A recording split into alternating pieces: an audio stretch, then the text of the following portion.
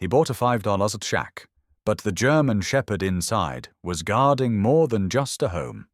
The road ended in a ribbon of gravel that cut through the woods like an old scar. Ethan Cole parked his truck at the bottom of the slope, killed the engine, and sat there for a moment with both hands on the steering wheel.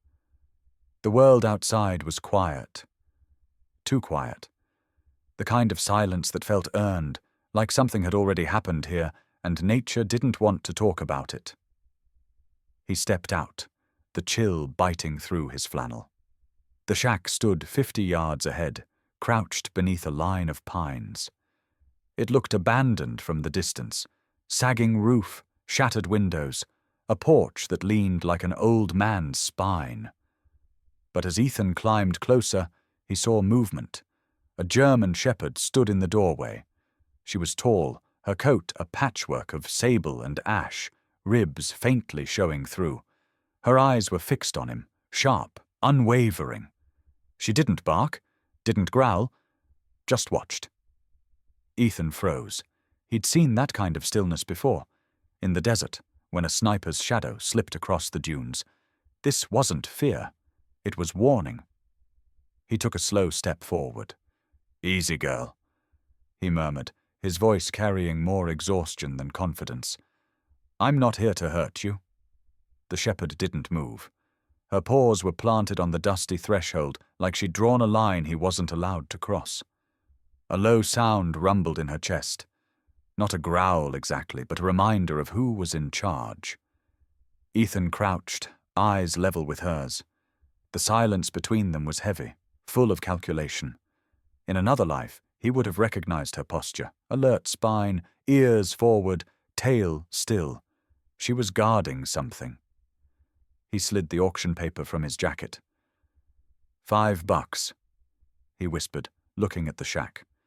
"Guess that's all I'm worth these days." The wind shifted, carrying the faintest scent of smoke and pine sap. He tried again, inching forward until his boot brushed the porch step. The shepherd's hackles rose. Ethan stopped cold. Then it came, a sound from inside the shack. Faint, muffled. A whimper. Ethan's breath caught. He looked at the shepherd. Her ears flicked back, and for the first time, her gaze faltered. She turned, glanced inside, then back at him. It wasn't a threat anymore, it was a question. He took that as permission. The floorboards groaned under his weight as he stepped into the gloom. The air was thick with dust and old wood rot. His flashlight cut through the dark, beams catching on spiderwebs, broken jars, a cracked mirror leaning against the wall. And then, beneath an overturned chair, he saw them. 3 small shapes curled together in a torn blanket. Puppies, barely a month old. Ethan dropped to one knee. Their tiny bodies shivered, but they didn't cry. They'd learned silence, too. He reached out carefully, scooping one into his hands. Its fur was warm, its heartbeat rapid against his palm. Behind him, the shepherd stepped inside. Her nails clicked on the wooden floor as she circled him once, nose brushing his sleeve. Then she lay down beside the pups, her body shielding them from the draft that slipped through the cracks. Ethan exhaled slowly. "You're not lost," he whispered. "You're guarding them." The dog lifted her head, eyes catching the weak light. In that look, Ethan saw something that broke him open a little. Purpose. The kind he'd buried years ago when his family's car went off the interstate and he'd walked away alone. Outside, a crow called once, sharp and distant. The woods swallowed the sound. Ethan rose and scanned the walls. The place had been stripped of almost everything. Furniture, wiring, even the door hinges. Yet near the hearth, he noticed something strange, a series of scratch marks along the wooden planks. Deep, deliberate. Like someone had clawed or carved at the floor. He knelt again, tracing the grooves with his fingers. They formed a rough circle, scuffed by time. Beneath the dust, faint etching appeared. Letters, maybe. He wiped harder. It wasn't letters. It was a symbol. Two lines crossing through a triangle, carved deep into the oak. Military. Familiar. Ethan frowned. That mark didn't belong to any random drifter or squatter. It was tactical, coded, like something left behind for those who knew where to look. Behind him, the shepherd growled low, her gaze fixed at the broken window. Ethan turned. A figure stood at the edge of the trees, half hidden by shadow. Tall, wearing a brown jacket. Watching. Then, just as quickly, the figure stepped back into the forest and disappeared. Ethan's pulse quickened. He reached instinctively for the pocket where his sidearm used to be. Then remembered it was gone, locked away the day he left the service. He looked down at the shepherd. Her body was tense, ears pricked, nose flaring. "Yeah," he muttered. "I saw him too." He waited by the window, but the woods remained still. The wind picked up again, rattling the loose tin on the roof. A chill crept through the shack. He turned to the dog, crouching beside her. "Guess we're not alone out here, huh?" She blinked, slow and steady. Then, without warning, she pressed her head against his knee. Just once. Then back to her pups. Ethan stared, unsure what to do with the small weight of that trust. He spent the night there, on the floor near the hearth, his coat pulled tight around him. The shepherd didn't sleep. Every few minutes her head lifted, eyes scanning the dark, ears twitching toward distant sounds. Ethan drifted in and out of dreams, flashes of sirens, burning metal, and his wife's voice calling his name before everything went black. When dawn finally cracked through the trees, the first light touched the shepherd's fur, turning it gold. The puppies stirred. Ethan stood and walked to the door. The forest glistened with dew. The stranger was gone, but the footprints in the mud were fresh, too large to be his own, leading down towards the stream. He looked back at the shepherd. She was watching him again, steady and unreadable. Something in his chest tightened, a memory, a warning, or maybe a promise. "This wasn't abandoned," he said quietly. "Someone meant for me to find this place." Nova blinked once, as if she agreed. And somewhere deep in the ridge, a crow cried again, long and low, like a message echoing through the trees. The silence wasn't peace, it was protection. The morning came in slow, grey layers. Mist coiled around the trees like breath from something sleeping beneath the earth. Ethan stood on the porch, mug of black coffee in hand, watching the shepherd watch him. She hadn't moved from her spot near the door. Her fur shimmered faintly with dew, her eyes never leaving him. He'd started calling her Nova, mostly because she carried herself like a star that had exploded and somehow refused to die. She didn't respond to the name, but she didn't reject it either. That, for now, was enough. Ethan spoke softly, testing the silence between them.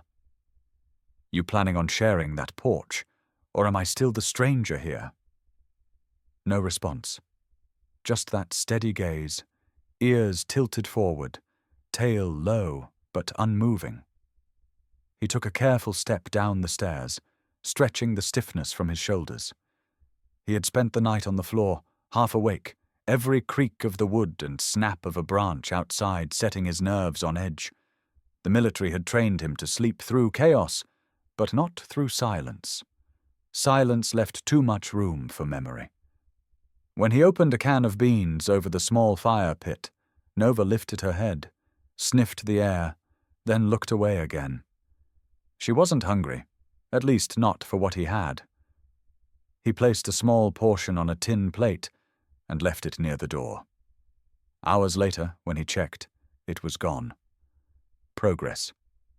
The second night, the wind came harder, rattling the trees against the shack's thin walls. Ethan lay awake on the cot he'd repaired, staring at the water-stained ceiling. The photograph of his wife and son sat on the crate beside him.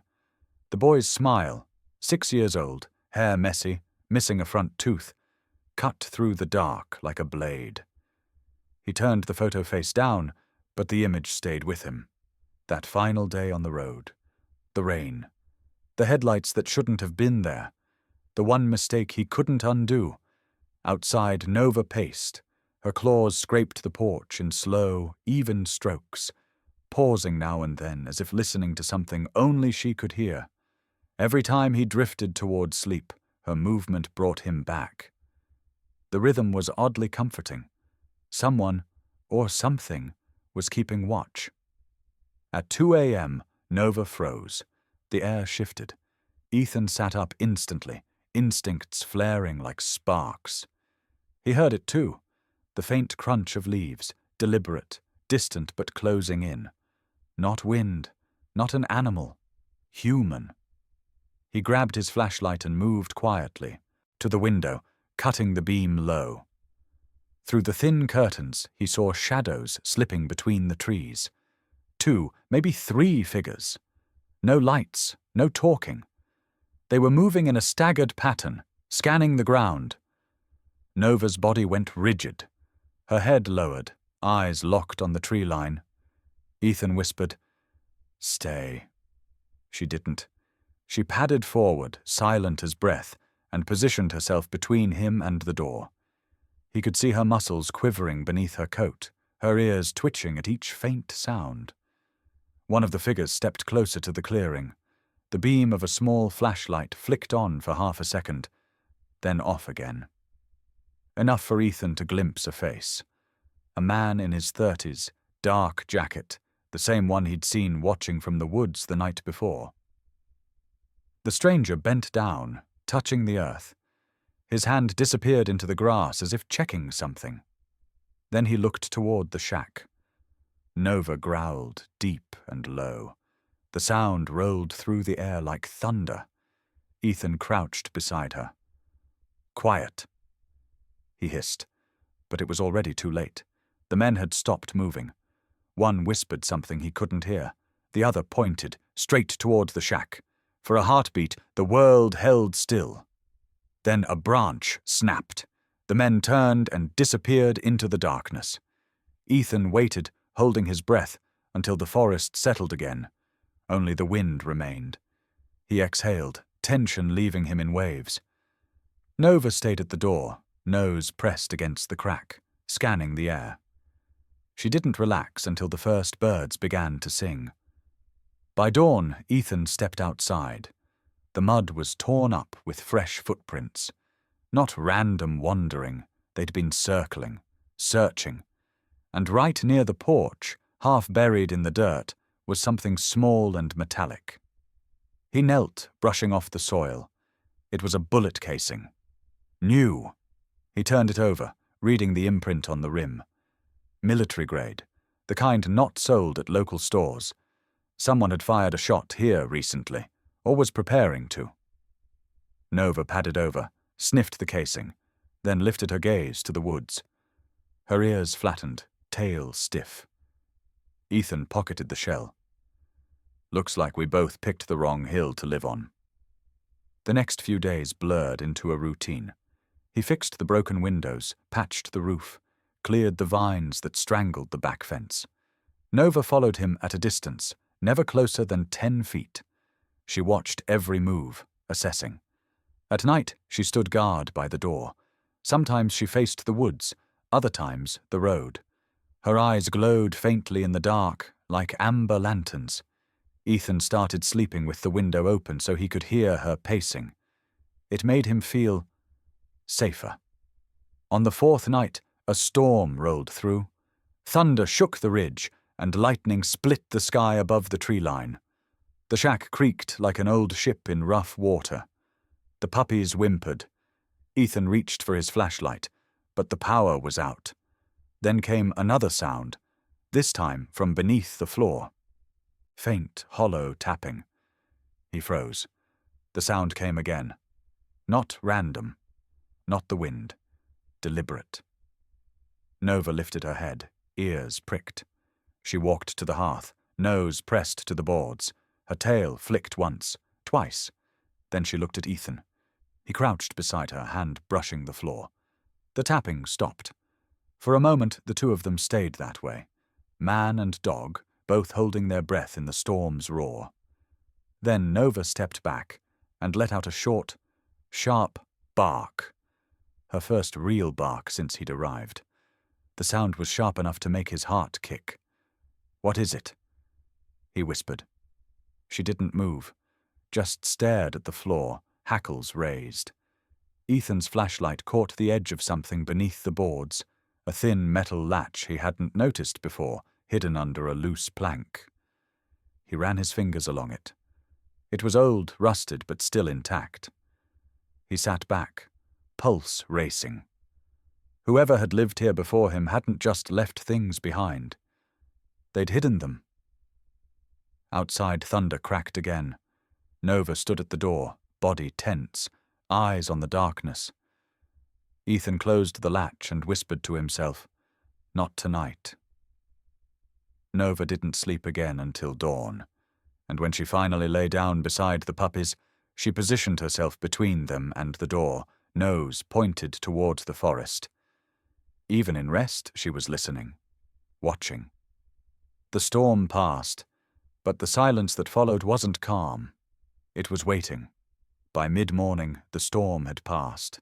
The wood steamed in the weak sun, every branch dripping. Ethan stood by the porch steps, boots caked with mud, studying the ridge. The silence felt heavier than usual, like the forest was listening again. He was hauling a bucket of water from the stream when he saw movement along the tree line. A figure in an orange vest, crouched low, holding a metal rod that glinted in the light. Ethan straightened, eyes narrowing. The man noticed him and raised a hand in greeting, his smile quick and practiced. "Morning. Name's Gabe Riker. You must be the one who bought the old place?" "Yeah," Ethan said slowly. "That's me." Gabe climbed up the slope, mud spattering his jeans. His truck was parked half-hidden down the road, a company logo faintly visible on the door, Kelworth Resources. "I'm a field technician," Gabe said easily, tapping the rod against his boot. "Running soil conductivity tests for the county. There used to be mining rights filed up here years ago, just making sure the ground's clean." Ethan nodded, not convinced. "You do this kind of work alone?" Gabe chuckled. "Budget cuts, man. They'd send a drone if they could afford one." His eyes flicked past Ethan towards the shack. "You planning to fix this place up?" Before Ethan could answer, Nova appeared at the doorway, her ears flattened, tail rigid. The instant Gabe's gaze met hers, the air changed. Nova stepped forward, hackles rising. A deep growl vibrated from her chest, low and primal, the kind that didn't come from fear. She lunged halfway down the porch steps, teeth bared, placing herself squarely between the men. "Whoa there," Gabe said, stepping back. "Easy, girl." Ethan raised a hand. "She doesn't like strangers." "No kidding." Gabe's voice tightened. His smile didn't reach his eyes anymore. "Military dog." Ethan hesitated. "Don't know. She came with the property." That got a short laugh out of Gabe. "Lucky you." Nova's growl deepened. She didn't blink, didn't flinch. For a moment, Ethan could swear she recognized something in the man. His smell, his movement, something that pulled an instinct out of her she couldn't suppress. "You'd better head back before she decides you're a problem," Ethan said quietly. Gabe nodded, though his jaw clenched. "Sure thing. Just doing my job." He turned and walked toward the woods. "If you hear any rumbling, that's probably me running seismic sensors." Nova followed his every step until he vanished behind the trees. Only then did she relax, tail flicking once before she padded back inside. Ethan watched the mud where Gabe had stood. The boot prints were deep, pressed in a way that didn't match simple walking. He'd been carrying weight, equipment maybe, or something heavier. By afternoon, the sun burned off the mist. Ethan worked to patch the gaps along the cabin wall when he caught a faint metallic click underfoot. He stopped, tapped the plank again. hollow. He crouched and pried it open with a screwdriver. Beneath the board was a small cavity lined with dirt and rotted cloth. He reached in and pulled out what looked like a weathered wooden box, about the size of a lunch pail. Its hinges were rusted shut, but the latch still worked. Inside, wrapped in oil-stained fabric, lay a folded map, a bound notebook, and an envelope sealed with brittle wax. The map was drawn by hand, showing the ridge and the surrounding valleys. Certain areas were marked with red X's, one of them right beneath where he stood. Another was near the stream where Gabe had appeared that morning. Ethan's pulse quickened. He opened the notebook. The pages were filled with neat, cursive writing, the ink faded but legible. April 3, 1998. Operation Black Ridge compromised. We buried what we couldn't move. If you're reading this, trust the dog. The envelope contained a single sheet of paper, folded tight. On it was a signature, Major Samuel Hayes. Ethan sat back, heart pounding. The name hit him like a ghost. Hayes had been his father's commanding officer overseas, a man presumed dead after an incident in Kabul 15 years ago. He stared at the map again. One of the coordinates was circled in black ink. The handwriting beside it read, "Under the foundation, south corner, protect the ridge." Nova appeared beside him, her nose brushing the edge of the box. She sniffed the paper, then the air, and turned toward the far side of the cabin. She gave a short, deliberate bark. Ethan followed. Near the corner post, the soil looked recently disturbed. He grabbed the shovel he'd used to dig the fire pit and started turning the dirt. Nova stood beside him, tail low, ears twitching, alert to every sound. About 2 feet down, the shovel struck something solid. He knelt, brushing away the soil. Another box, metal this time, sealed tight.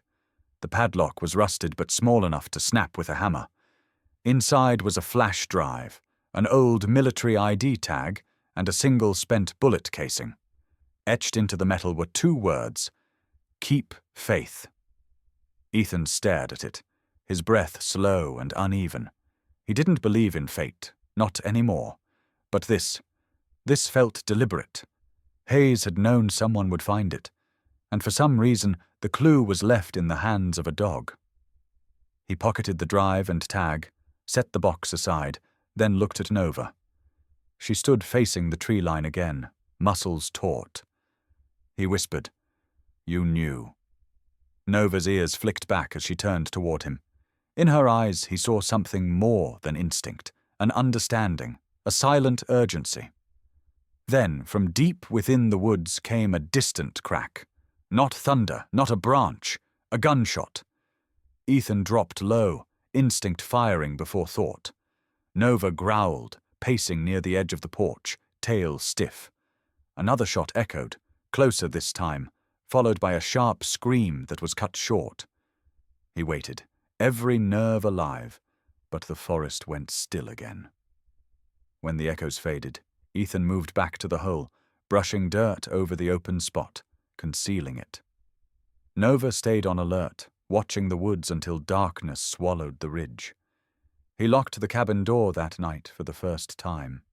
As the wind picked up, Nova lay across the threshold, her head on her paws, eyes open. Ethan sat beside her, the map and letter spread on the floor. The handwriting stared back at him, looping and clear. "Trust the dog." He looked down at her, voice rough. "Guess that's the plan." Nova didn't look away. Her gaze held his, unblinking, steady, as if she already knew what waited in those woods, and that whatever it wasn't done with them yet. The next morning, the woods were heavy with fog again, draped like a curtain that refused to lift.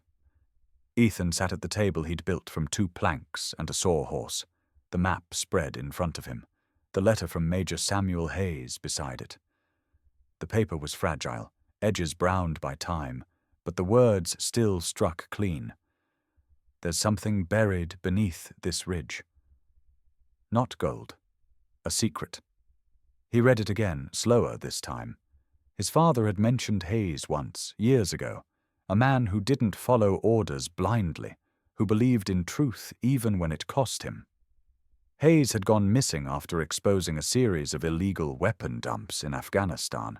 Official reports said he died in an ambush. But what if the report was just another lie? Ethan ran a hand over the map. The ridge lines were drawn with military precision, labeled with Old Field coordinates. 2 were circled, one beneath his shack, another deeper into the woods, where the trees thickened into near darkness. The handwriting in the margin was unmistakably Hayes's. Protect the ridge. Trust the dog. Nova lay near the door, eyes half open, her breathing slow but alert. She hadn't left his side since the night of the gunshots. Every noise outside made her ears twitch. Every silence made Ethan more aware of how vulnerable they both were. He stood and grabbed his pack. "Come on, girl," he said. "Let's see what he left us." Nova rose immediately, tail low, moving beside him without needing a leash. They followed the trail down the slope, past the creek, and into the thick brush. The air smelled of pine and iron, and the ground was soft with moss and old leaves. Ethan stopped every few yards to compare the terrain with the map. When they reached the second marked spot, Nova froze. Her ears perked, nose twitching rapidly. She sniffed the soil, then began digging. Ethan crouched beside her, brushing away the top layer of dirt. Beneath it, faint lines appeared, metal, circular like the top of a sealed pipe. He frowned. "This isn't natural." He tapped it with his knife handle. The sound was hollow. It ran deep. He scraped around the edges until a symbol came into view, a diamond shape with the letters K.R. Kelworth Resources, the company Gabe Riker claimed to work for, the same name on the truck. Ethan sat back, connecting dots he didn't want to see. Kelworth had been under investigation for environmental fraud, illegal drilling, contamination, and cover-ups across several counties. If they'd buried something out here, it wasn't a mistake. It was concealment. Nova stood beside him, panting lightly, watching his face. Her tail swayed once before she nudged the pipe with her paw. It shifted slightly, releasing a faint metallic clink. "Careful," he whispered.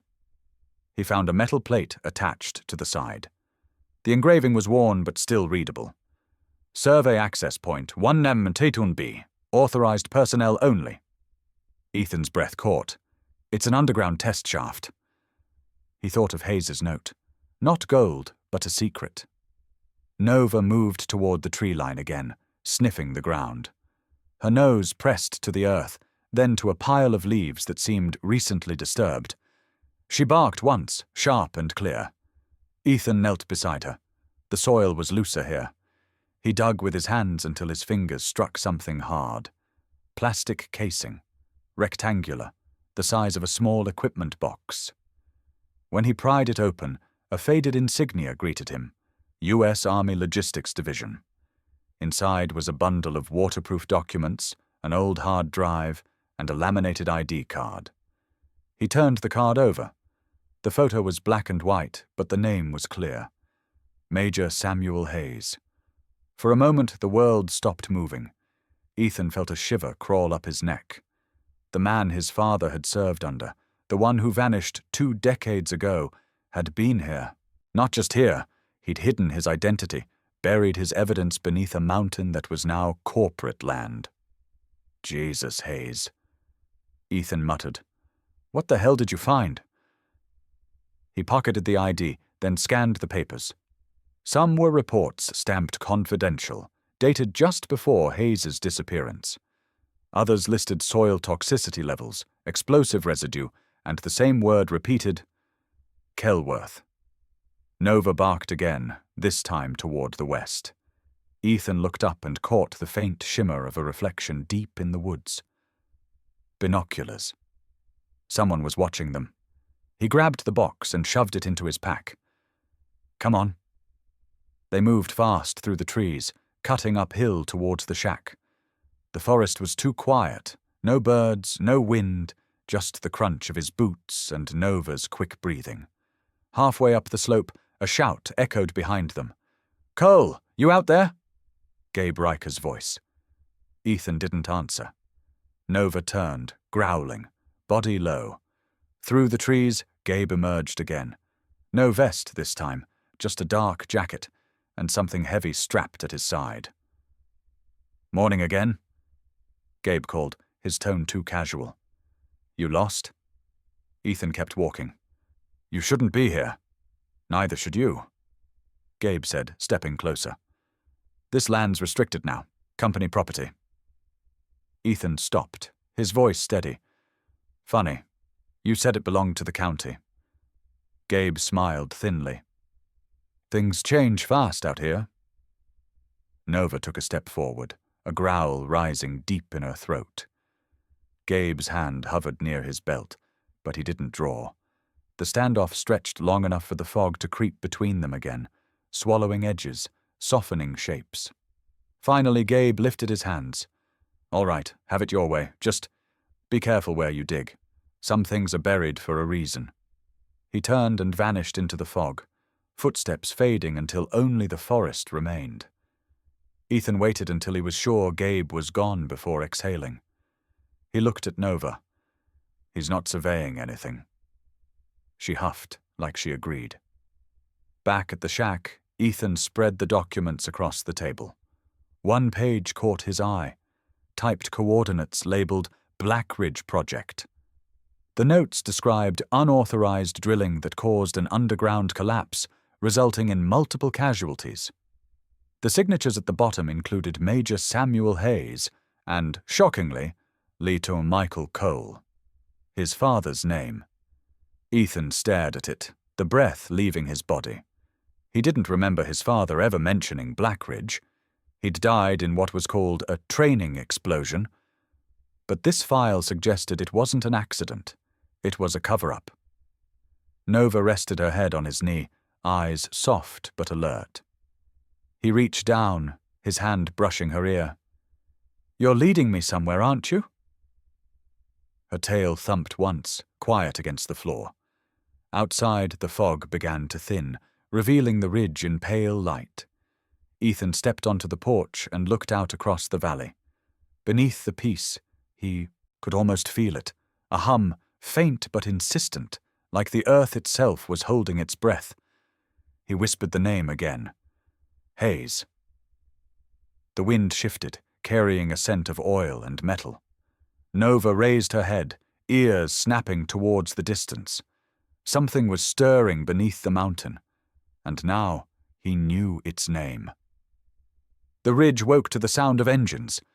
Ethan had been splitting firewood behind the shack when Nova froze, her ears snapping towards the road.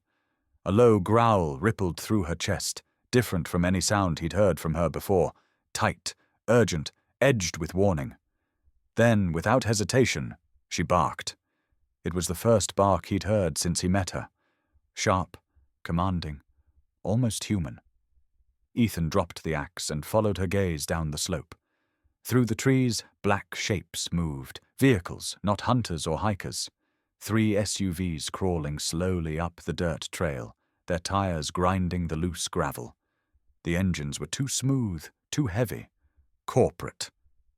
He crouched beside a fallen log, pulling Nova down with him. She obeyed instantly, her breathing steady, eyes locked on the movement below. The convoy stopped at the clearing near the stream. Men stepped out, 5, maybe 6, all wearing dark jackets marked with the Kelworth Resources logo. The one in front wasn't in uniform. He carried himself differently, like someone used to giving orders. His hair was silver, his frame compact but solid, and when he turned toward the ridge, Ethan saw his face clearly. Reynard Lee. Ethan's pulse quickened. The name was carved in Hayes's notebook, the man who'd once led the Black Ridge Project before the collapse that killed 12 soldiers, including Hayes himself. The man Hayes had accused of illegal drilling and falsifying reports.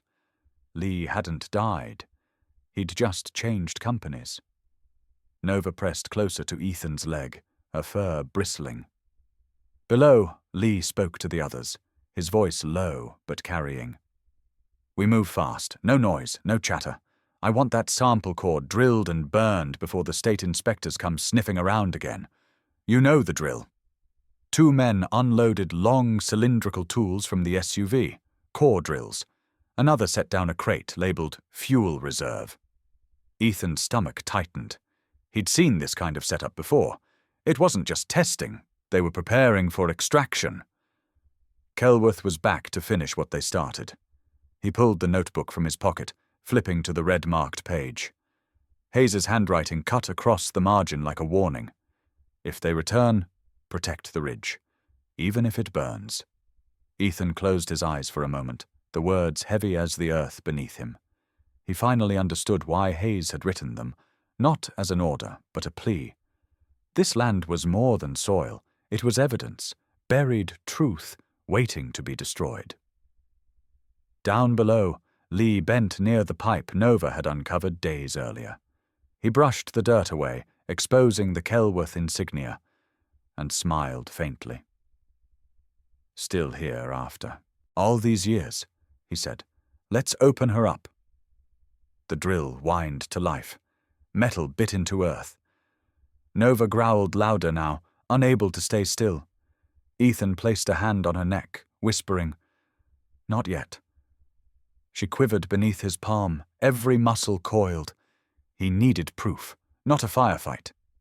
He grabbed his old camera from the porch and zoomed in, snapping several photos of the men, their equipment, the license plates. But when he looked again, one of the men had disappeared from the group. Ethan scanned the trees and saw him, a tall figure breaking away from the others, moving up the slope towards the shack.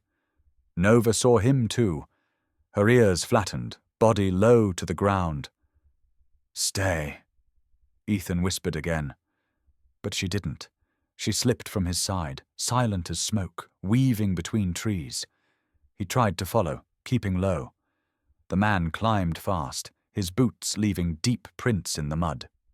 As he reached the top of the hill, Nova darted out of the brush and cut him off. She didn't attack, just stood squarely in his path, growling deep enough to make him freeze. "Jesus!" the man breathed, hand instinctively going to his holster. Ethan stepped out from behind the trees, raising his voice. "I wouldn't." The man hesitated. "You're trespassing," he said, his voice tight. "This land's under federal review." Ethan lied smoothly. "Anything you touch here becomes evidence." The man sneered. "That so?" Behind him, Nova let out another sharp bark. The man flinched. Ethan's eyes flicked to the trail below. Lee was watching now, hand shading his face against the light. The drill had stopped spinning. He called out, "We've got company?" The man didn't answer, but his eyes darted between Ethan and Nova. Finally, he backed down the slope, muttering something into his radio. Ethan stayed where he was, breathing hard, watching until the SUVs started their engines again. One by one, they backed out of the clearing and rolled down the road, leaving nothing but tracks and the smell of fuel. Nova stood perfectly still, eyes fixed on the trail long after the last echo of the engines faded. When it was quiet again, Ethan crouched beside her. "Good girl," he whispered. She didn't look at him, just kept staring at the spot where Lee had stood. That night, he couldn't sleep. The drill's sound still buzzed in his skull. He spread the documents across the table again. There it was, the same coordinate Hayes had marked in red ink, the same one where Lee's men had started drilling. Beneath it, Hayes had written a single line. "The ridge bleeds when they cut too deep." Ethan set the paper down and rubbed his temples. His father had been stationed in this region during the Black Ridge operation. The collapse, the cover-up, the silence afterward, it was all connected. Kelworth had come back to erase what was left, and somehow Nova knew it before he did. He watched her from across the room, lying near the door, her eyes open, reflecting the dim light. Every so often she would lift her head, ears twitching towards the woods. "You were his," Ethan whispered. "You belonged to Hayes." She blinked, slow and solemn. He opened the journal again. Between 2 pages, something new caught his eye. A folded note he hadn't seen before, tucked deep into the binding. He slid it out carefully. The handwriting was the same. "If this reaches another Cole, tell him the truth wasn't buried. It was sealed. The ridge will speak when the right hands open it." Ethan sat back, staring at the words. The right hands. His hands. Nova rose quietly and walked to his side. Her nose brushed his arm, grounding him. He looked down at her and realized something simple, something that hit harder than fear. Hayes hadn't just trusted the dog to guard a secret. He'd trusted her to find the one person who could finish it. Outside, a gust of wind rolled through the pines, scattering the leaves. The tire tracks below were already fading under the dirt. Nova stood at the doorway again, her silhouette framed against the night, every muscle alert. Ethan joined her, gripping the edge of the doorframe. "They'll be back," he said. Nova didn't move.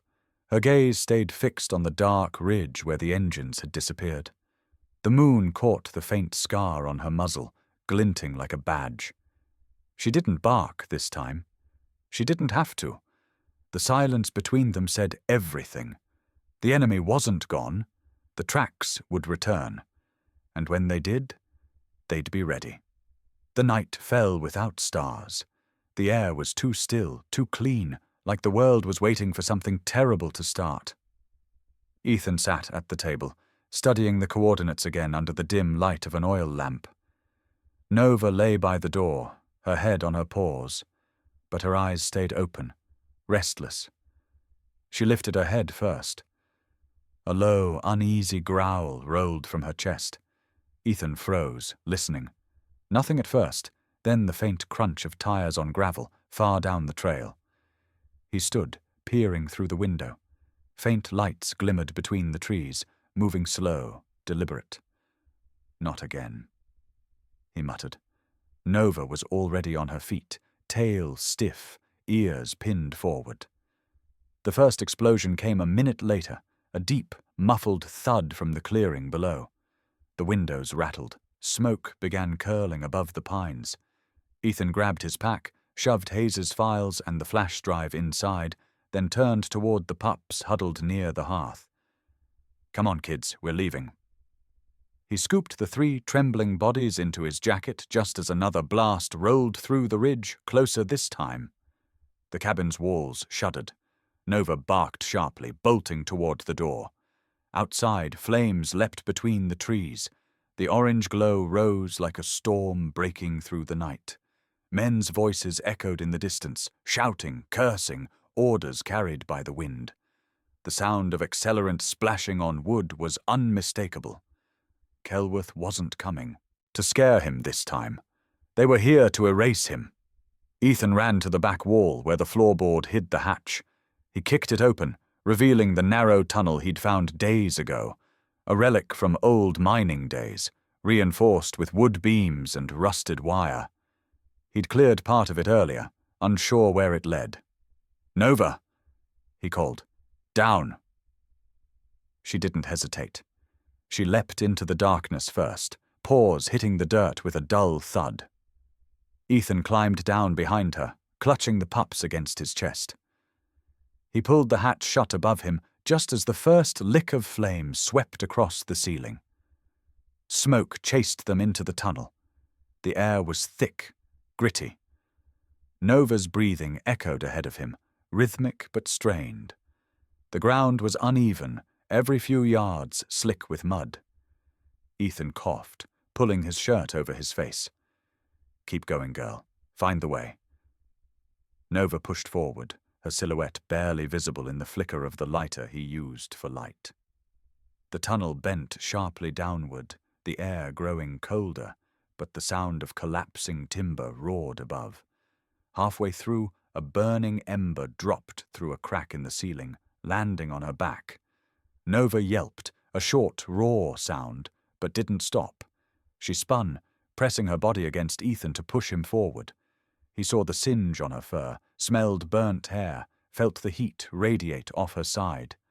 "Come on," he urged. "Almost there." The tunnel widened, ending in a collapsed section of stone. Nova dug furiously, claws scraping dirt until a small opening formed.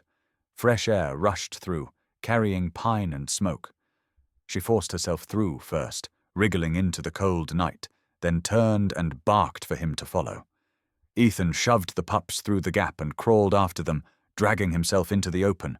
He rolled onto the wet grass, coughing hard. Nova stood above him, panting, her fur streaked with soot and ash.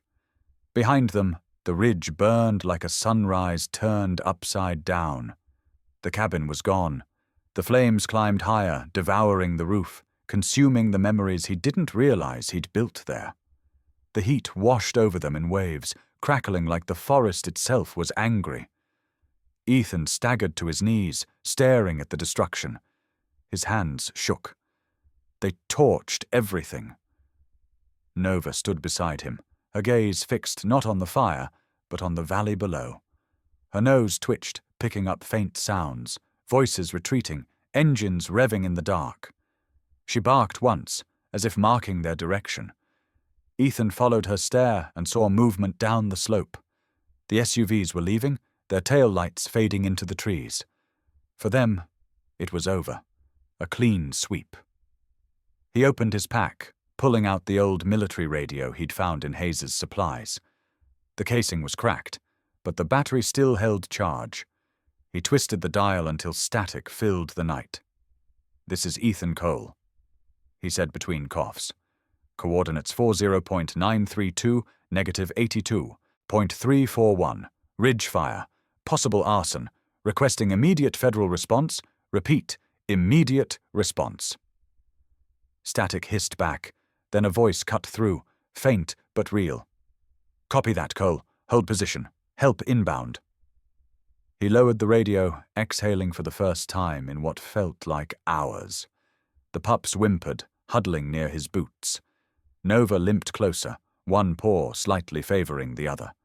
Ethan knelt, checking her side. The burn was shallow but raw. He poured water over it, his hands shaking as he cleaned the ash away.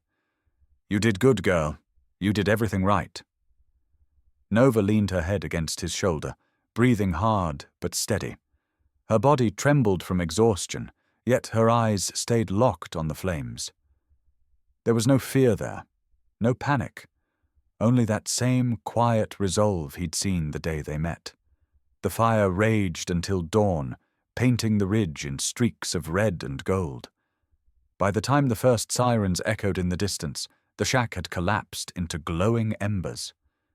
Ethan stood with Nova on the slope, the pups pressed against his legs, the radio silent now in his hand. The smoke curled upward, disappearing into the pale sky. He looked down at her. Her fur was darkened with soot, her flank wrapped in a torn piece of his shirt. She turned her head toward him, eyes reflecting the firelight. "She didn't bark for fear," he whispered. "She barked for the warning." Nova turned back towards the ridge, watching as the last beam of the cabin caved in. In that moment, Ethan understood what Hayes had meant, about protecting the ridge, even if it burned. It wasn't about saving the land, it was about saving the truth buried beneath it.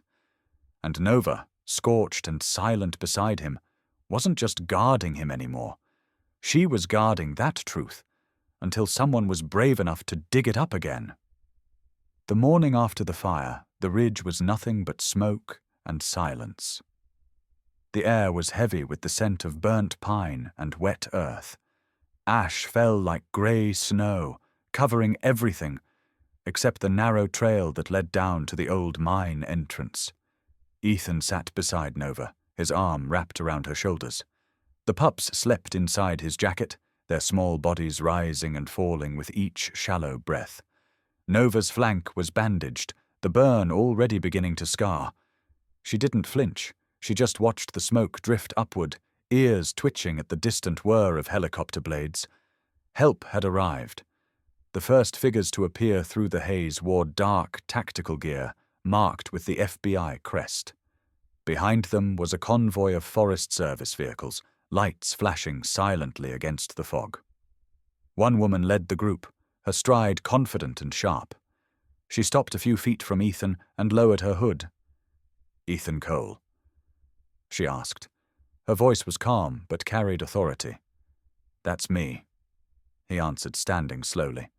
"Agent Lara Brooks, Environmental Crimes Division." She extended her hand. "We've been tracking Kelworth for months. Your call saved us weeks of red tape and possibly a few lives." Ethan shook her hand, his grip firm despite the exhaustion. "They came to burn it all." She nodded, scanning the ridge. "Looks like they almost did. Any casualties?" "Just what's left of the truth." Brooks turned to her team. "Secure the area. Start photographing everything. Get the satellite drones over the ridge and log the GPS markers." Then she faced Ethan again. "You said in your transmission you have proof?" He reached into his pack and pulled out the weathered flash drive, wrapped in cloth. "This was in the journal of Major Samuel Hayes, my father's old unit. It contains Kelworth's internal memos, coordinates of illegal drills, and evidence of cover-ups dating back 15 years. Brooks raised her eyebrows. "How'd you find it?" Ethan glanced down at Nova. "She did." The agent crouched, meeting the dog's steady gaze. "Looks like someone's earned a medal." Nova didn't move. Her eyes flicked toward the tunnel entrance behind them, the same path they had crawled through to survive. The old wood beams were blackened from the heat, but deep inside, the air was still cool. "Show me where you found it," Brooks said. Ethan led her to the mouth of the tunnel. This is the access point they were using to reach the underground vein. Hayes's notes mentioned a subchamber deeper in. He called it the Tunnel of Proof. Brooks switched on her flashlight. "We'll send a team down." Ethan hesitated. "I'll go with them. I know the layout." She studied him for a moment. "You're not law enforcement anymore, are you?" "No, ma'am. Just someone who got tired of running." Something in his voice made her nod. "All right, let's finish this." Inside the tunnel, the light beams cut through layers of dust.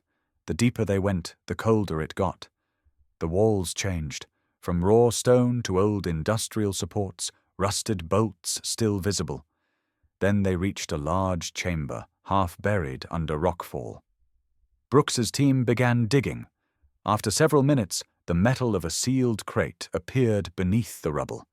Ethan recognized the military insignia on it, Blackridge Engineering Corps. He knelt beside it, brushing the dirt away. Brooks looked over his shoulder. "That's federal property. Or evidence," he said. "You tell me." They pried the lid open. Inside were weatherproof files, yellowed and brittle, stamped with Kelworth's name. Lab data, site schematics, reports signed by Reynard Lee himself. Brooks exhaled. "This is enough to bury them."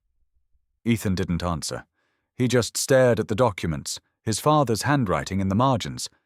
The same looping script he'd memorized as a boy from postcards that stopped arriving too soon. When they emerged into the daylight, the wind had shifted. Rain began to fall, soft and steady, washing the ash from the ground. Brooks's radio crackled. "Control to Brooks. Lee's been apprehended at the state line, attempted to cross into Canada. We've got him." For a moment, no one spoke. The rain kept falling, hissing softly on the burned earth. Brooks turned to Ethan. "You've done more than enough. Once this case goes public, your name will be on every channel."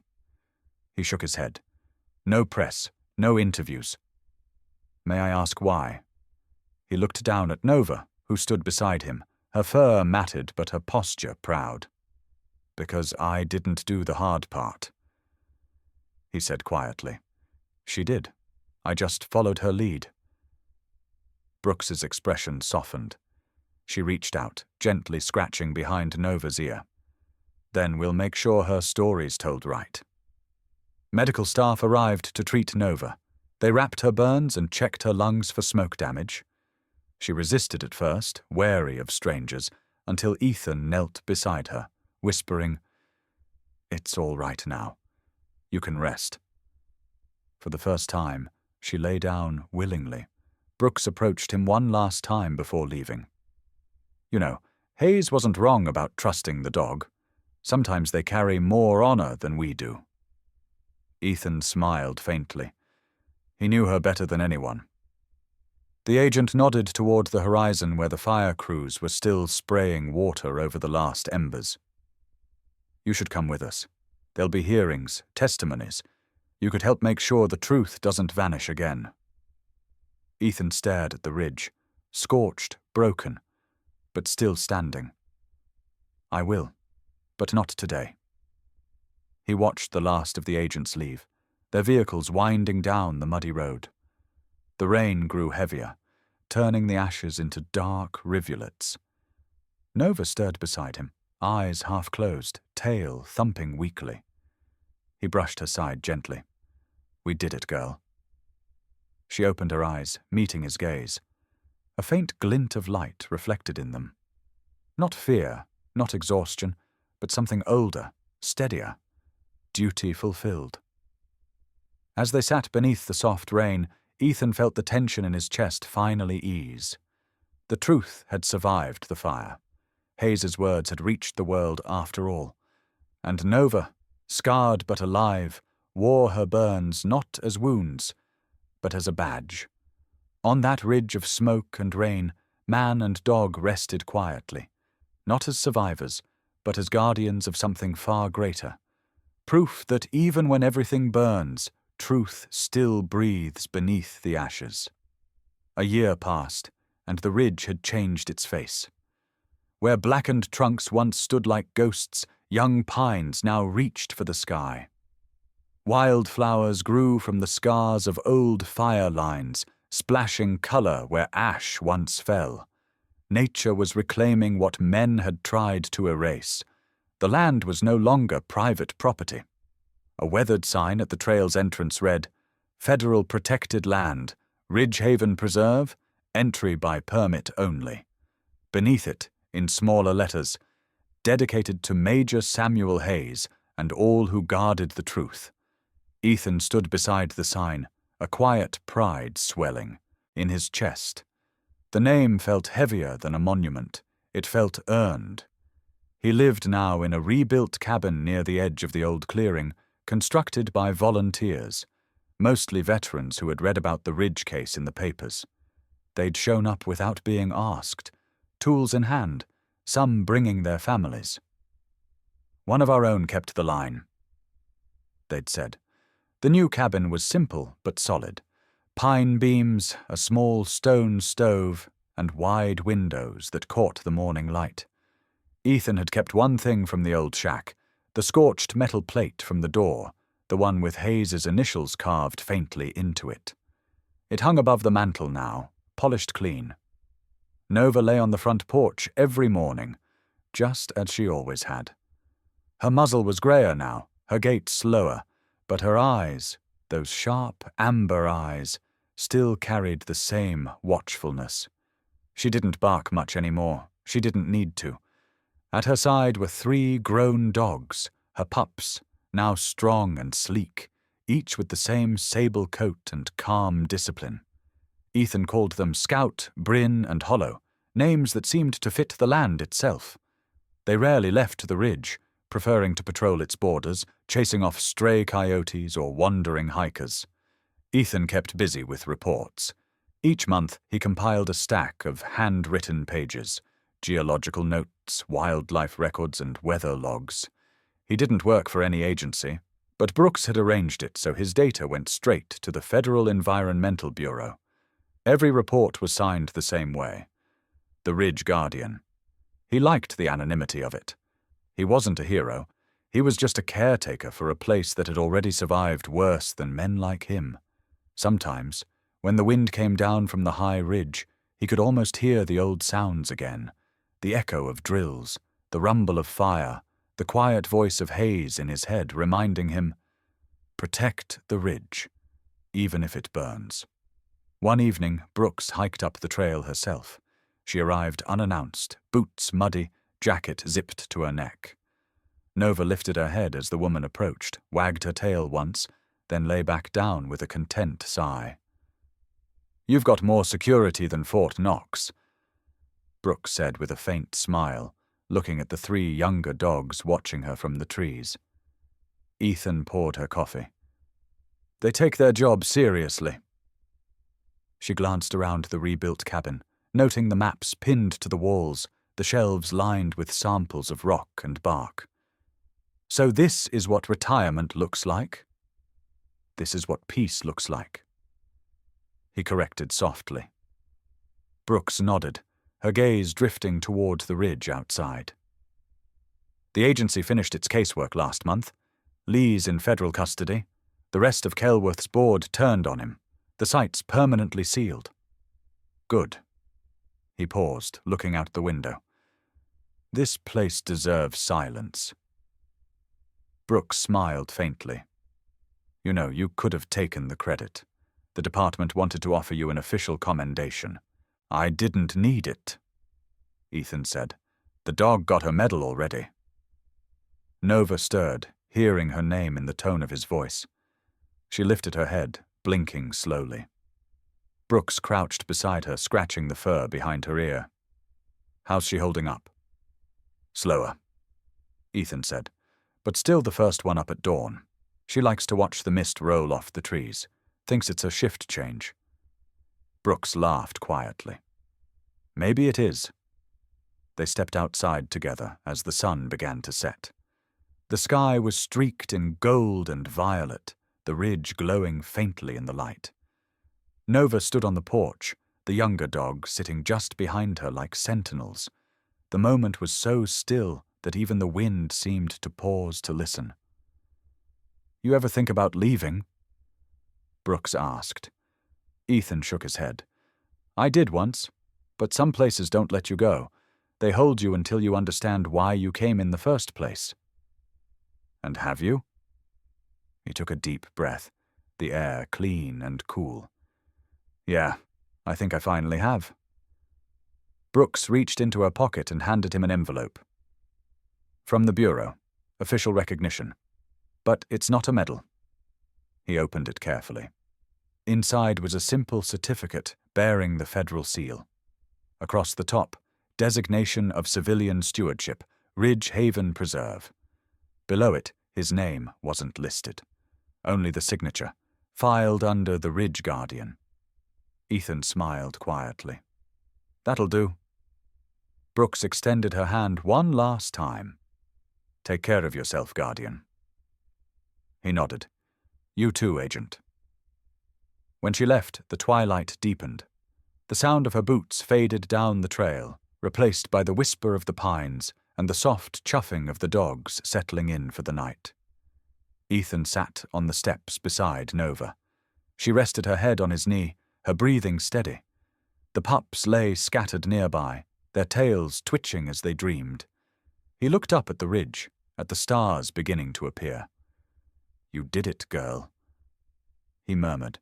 "You brought it back to life." Nova's tail thumped once against the wood, as if to say she already knew. The wind shifted, carrying the faint scent of pine resin and wet earth. Somewhere in the distance, an owl called. The ridge was alive again, reborn, renewed, forgiven. And on its quiet heights, a man and his dog kept their watch, not as soldiers or saviors, but as what they had always been, guardians of truth, of silence, and of home. The day began with laughter echoing up the trail. For the first time in months, the ridge felt alive with voices that didn't belong to rangers or veterans. It was a group of students, 8 of them, maybe 9th graders, hauling cameras, notebooks, and backpacks twice their size. Their teacher, a young woman from Asheville, led them toward the cabin where Ethan stood waiting. "Mr. Cole?" she asked, slightly out of breath. "Thank you for agreeing to talk with us. The kids are making a documentary about local conservation, heroes." Ethan smiled faintly. Heroes are in short supply here, but you're welcome to look around. The group scattered across the clearing, setting up their tripod near the porch. Nova sat at her usual spot beside the steps, grey-muzzled and regal, watching every movement with quiet amusement. The three younger dogs lingered nearby, curious but respectful. One boy, freckles, oversized glasses, hair sticking up from under a baseball cap, approached Ethan with a small notebook in hand. "I'm Noah," he said. "I'm supposed to ask questions." "All right, Noah," Ethan replied, leaning on the porch rail. "Fire away." The boy hesitated, glancing at his notes. "My teacher said this place used to be, private land, but now it's federal property. Why did you stay here after all that?" Ethan didn't answer right away. He looked past the boy toward the ridge, the late morning sun spilling across the treetops. The scars of the old fire were still faintly visible, black streaks between the new green. But the forest was growing back stronger than before. He turned and pointed toward a wooden plaque nailed beside the porch steps. The words were carved roughly, by hand, the letters uneven but deliberate. "She didn't bark for food." Ethan said quietly, "She barked for the truth." Noah tilted his head, reading it aloud under his breath. "She didn't bark for food, she barked for the truth." He looked back up, wide-eyed. "Who's she?" Ethan nodded toward Nova. The old shepherd was resting in the sunlight, eyes half closed, but at the sound of his voice, she lifted her head. "That's her," Ethan said. "She found what people tried to bury. She reminded me what it meant to stay when running felt easier." Noah scribbled furiously into his notebook, pausing every few seconds. "So, you're saying the dog helped you find the truth?" Ethan chuckled softly. "No, I'm saying she never forgot it." The teacher moved closer, clearly moved by the simplicity of the answer. "Mr. Cole, the students are filming a short piece for local news. Would you mind saying a few words on camera? Just what this place means to you?" He hesitated, hands in his pockets, then nodded. Noah positioned the camera. "Okay, we're rolling." Ethan looked directly into the lens, the wind catching the brim of his hat. For a moment, he seemed to search for the right words. "This ridge has seen fire, greed, and silence," he began. "It's been scarred more times than I can count, but it's still standing. Maybe that's all any of us are trying to do, stand, even when no one's watching." He paused, his eyes drifting toward Nova again. "Some fights aren't about winning, they're about not leaving." The clearing went quiet. Even the birds seemed to listen. Noah lowered the camera slowly. "That's really good," he whispered. Ethan smiled faintly. "Just the truth, son. Nothing fancy." After the filming, the group explored the area while Ethan showed them the new growth, saplings sprouting where the old forest burned, animal tracks near the creek, signs of balance returning. Nova followed at a distance, moving slower now, but still watchful.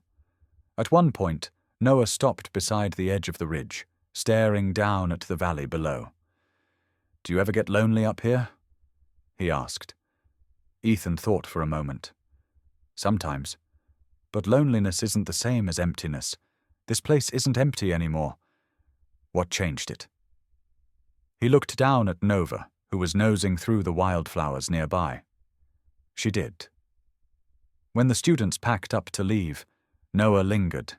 He handed Ethan a folded piece of paper. "I wrote something for your story," he said shyly. Ethan unfolded it. The handwriting was messy, but the words were clear. "Truth doesn't bark loud. It just waits for someone brave enough to listen." Ethan's throat tightened as he read it. He looked at the boy. "That's good, Noah. Real good." Noah grinned. "Maybe we'll put it in the film credits." As the group disappeared down the trail, the forest grew quiet again. The echo of their laughter faded into the wind. Ethan sat on the porch steps, watching the dust settle. Nova lay beside him, her head resting gently on his boot. "You hear that, girl?" he murmured. "Kids quoting you now?" She gave a low, contented sigh, her tail brushing softly against the floorboards. The afternoon light shifted, washing the ridge in amber. The plaque beside the door caught the glow, the carved words shining for a brief moment before the shadow reclaimed them. "She didn't bark for food," Ethan whispered. "She barked for the truth." Somewhere deep in the trees, one of the younger dogs barked once, a sharp, distant sound that carried across the valley like a salute. Ethan closed his eyes, letting the sound fade into the rustle of the leaves. Legacy wasn't about monuments or headlines. It was about the stories that kept echoing long after the voices were gone. And as the last light slipped behind the ridge, Ethan knew one thing with quiet certainty. The truth had found its way into the next generation, and the ridge would never fall silent again. It was a quiet autumn afternoon on the ridge, the kind that carried a crispness in the air and the scent of pine and wood smoke. The leaves had turned shades of amber and gold, and the late sun stretched long shadows across the rebuilt cabin. Nova lay on the porch where she always had, her silvered fur glowing in the light. Time had slowed her, but not softened her spirit.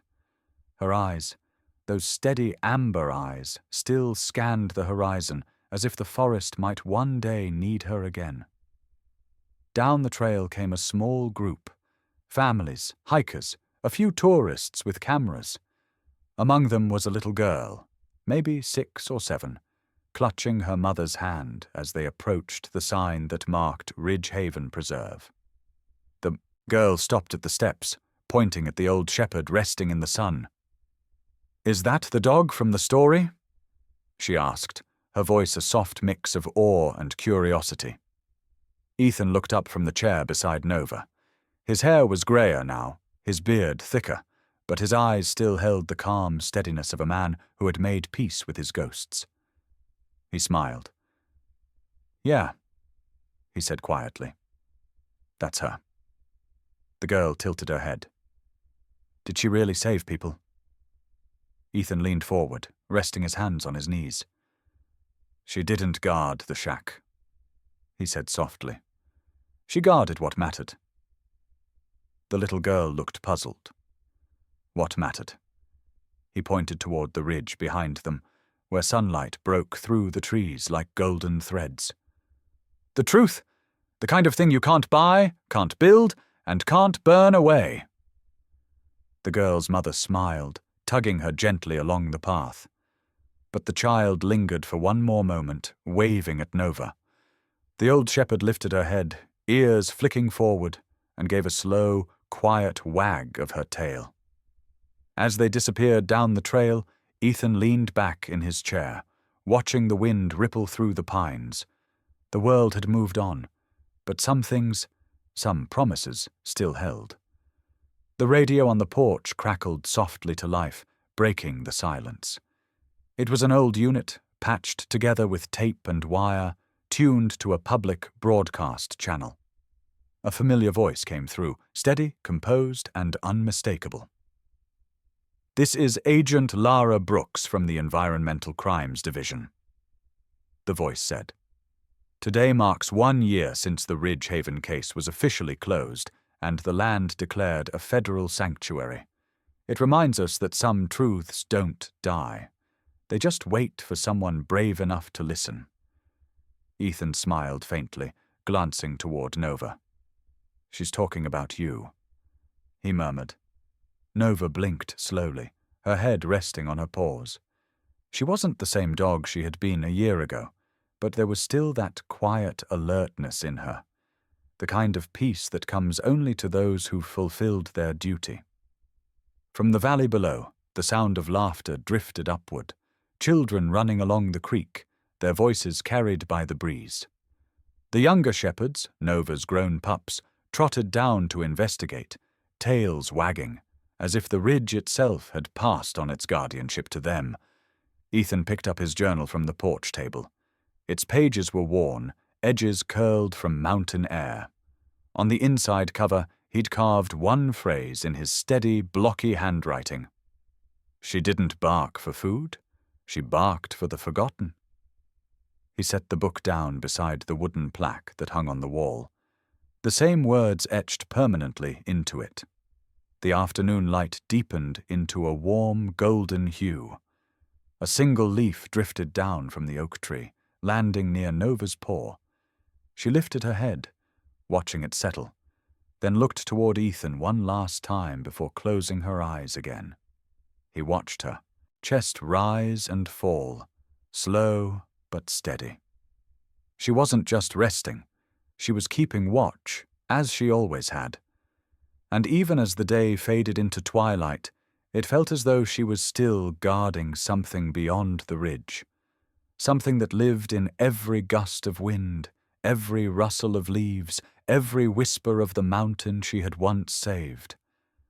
As the sky turned a dusky purple, the radio played softly again. Brooks's voice lingered in the background, warm and distant. Some heroes wear uniforms. Others just wait quietly in the sun until the world remembers what loyalty really means.